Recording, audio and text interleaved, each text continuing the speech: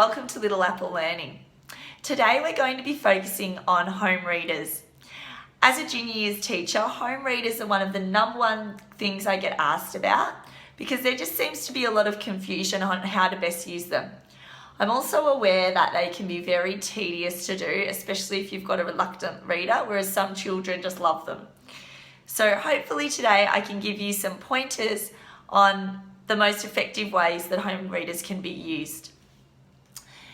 Now, today I'm going to be using a Macmillan text, and it's from the Springboard series. You might have seen your child bring these home. They seem to be really popular. I've seen them in a few schools I've worked in.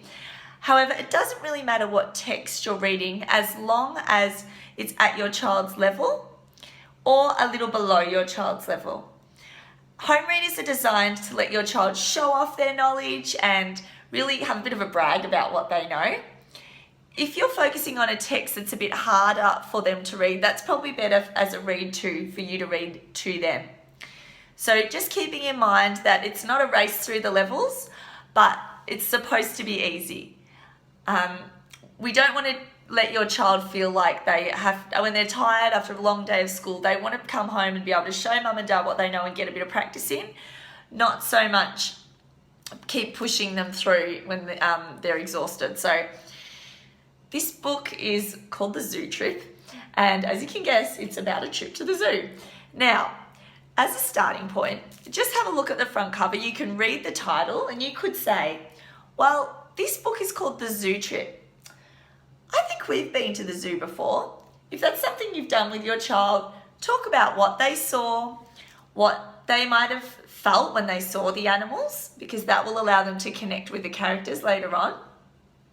What their best memory was of the zoo. If they haven't been to, if the book is not about a topic that you think they're overly familiar with, you could just ask, had they seen it on TV? Have they heard about this before? What do they know about it?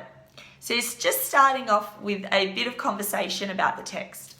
Your next step is to make predictions based only on the pictures. So we're learning to read the pictures.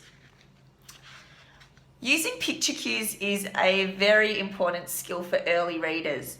For children in kindergarten or foundation, they will rely initially on reading the pictures because there is not much text in the book. The pictures will give them a lot of clues. So just flick through the book and say, oh, what can you see happening?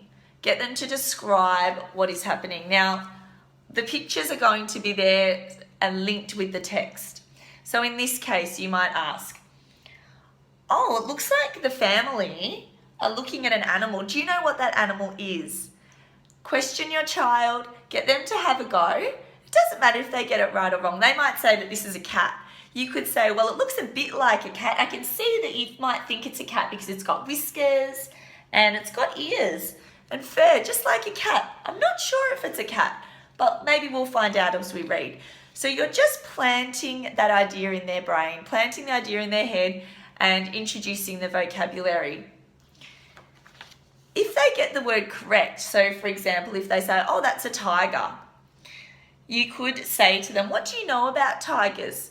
Now, just by looking at the text, we can see that it says the tiger looks scary. Your child might not have been able to read that yet, so you could say to them, well, this tiger's got its mouth open. I can see its big teeth. I wonder what it's doing.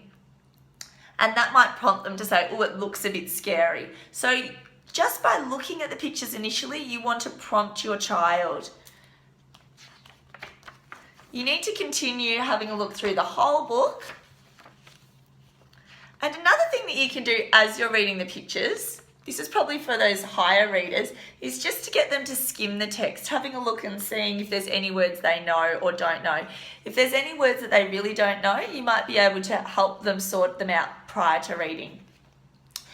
After you've read the pictures, it's time to obviously read the book. Now, your child might be familiar with quite a few high frequency words. So you could start off just by looking at the front cover and saying, I think there's a word on there that you already know.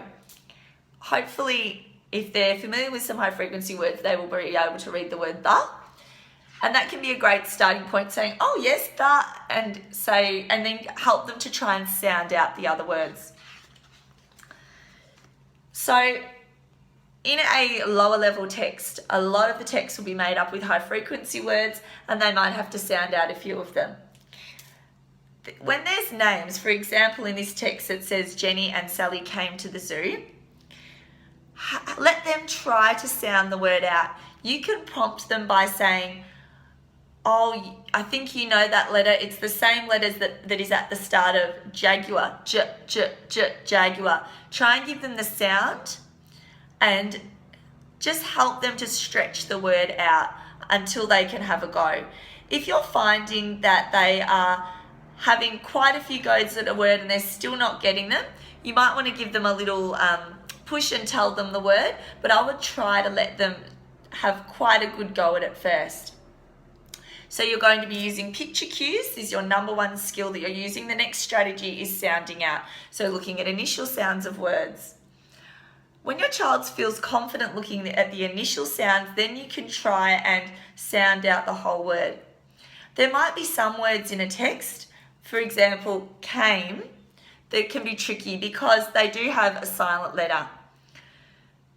Words that have long vowel sounds such as came can be hard for children to learn, and I find that kids can get stuck on them for a long time. They seem to be a big sort of stage, especially if they're in grade 1 or first grade, where they're really spending a lot of time working on long and short vowel sounds. Don't be alarmed by that. It does take a long time for them to understand. So basically, the next strategy you're using is trying to sound out middle sounds of words. If your child is using picture cues, initial sounds, and trying to sound out the middle sounds of words, they're well on the way to being a successful reader. Hopefully this video has been useful to you, and if you've got any questions, just leave a comment in the box below. Don't forget, if you enjoyed this video, give a thumbs up or subscribe, and stay tuned for some more tips on how you can help your child's literacy and numeracy development in the home. Catch you later.